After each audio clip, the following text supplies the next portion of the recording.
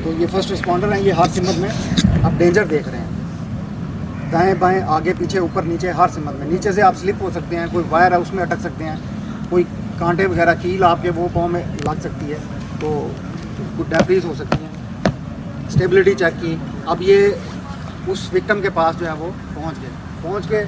अब ये रिस्पांस ले रहे हैं विक्टिम का। रिस्पांस लेने से ये पता चलेगा कि आया कि वो सांस वो होश में है, कोई रिस्पांस देता है आपको, कॉन्शियस है या अनकॉन्शियस है। रिस्पांस लेने से हमें पता चला कि ये विक्टिम बिल्कुल अनकॉन्शियस हो चुका है।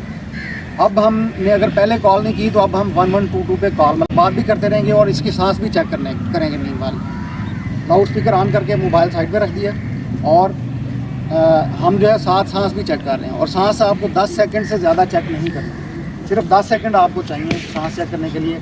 और 10 सेकंड में एक इंसान कितनी मरतबा सांस लेता है? 1 मिनट में कितनी मरतबा हम सांस लेते हैं? 12 से 18 मरतबा सांस लेते हैं। तो 10 सेकंड में कितनी दफ़ा होगी? 2 से 3 बार होगी ना, इससे ज़्यादा नहीं होगी। अगर एक दफ़ा भी सांस नहीं ली 10 सेकंड में तो इसका मतलब ये इसकी सांस बंद है। और सांस आप चेक कैसे करेंगे? छाती और जो पेट है उसमें राइज एंड फॉल आप देखेंगे, राइज एंड फॉल हो रहा है या नहीं हो रहा। तो इसकी सांस भी नहीं थी।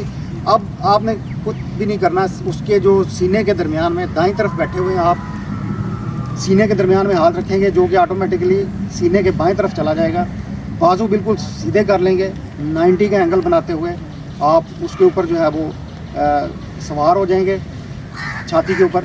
90 का एंगल इसलिए बनाना है ताकि आपके शोल्डर से जो है वो फोर्स लगा सकें। 2 इंच छाती को दबाना है और 1 सेकंड में 2 मरतबा दबाना है, क्योंकि आपको पता है कि दिल जो है वो हमारा 60 से 100 मरतबा धड़कता है 1 मिनट के अंदर। ये विक्टिम है जो कि इस वक्त फ्लाइट एंड फ्राइड मोड में है। हम फ्लाइट एंड फ्राइड मोड में जब होते हैं तो उस वक्त हमारी दिल की धड़कन थोड़ी सी तेज़ होती है, रूटीन से तेज़ होती है। जैसे आप फिज़िकल एक्टिविटी करते हैं तो तेज़ हो जाती है, इसी तरह से जब हम किसी एमरजेंसी का शिकार होते हैं तो उस वक्त भी हमारी दिल की धड़कन तेज़ होती है, जो कि 100 से 120 के दरमियान बनती है। तो इसी रफ्तार से हम इसको दबाते हैं। 2 इंच दबाना है और जब आपने दबाया है तो अब आप रिकॉयल होने के लिए वापसी के लिए रास्ता भी दें ताकि दिल में खून दोबारा भरे। रिकॉयल भी करना है। तो इस अमल को आप जारी रखेंगे कब तक? सांस बहाल ना हो जाए। पहली शर्त तो ये है कि अगर सांस बहाल हो जाती है तो फिर आप रिकवरी पोजीशन दे देंगे, उसका भी हम मुजाहरा करेंगे कि रिकवरी पोजीशन कैसे देंगे। तो तब आप छोड़ेंगे जब रेस्क्यू वाले पहुंच जाएंगे। और तीसरा या तो ये है कि आप अगर थक गए हैं, आपके पास बड्डी है तो दूसरा बड्डी कर ले। अगर आप थक गए हैं फिर मजबूरी है, फिर आप CPR नहीं हो सकता, क्योंकि ये फिज़िकल एक्सर्शन वाला काम है। तो ये आपने इसको कंटिन्यू रखना। तो जब होश आ जाए तो फिर आप मरीज़ को आपने करवट दिला दें, जिसको हम रिकवरी पोजीशन कहते हैं। तो इस तरह से हम जो है वो इस अमल से कितने % लोगों को फ़ायदा होता है।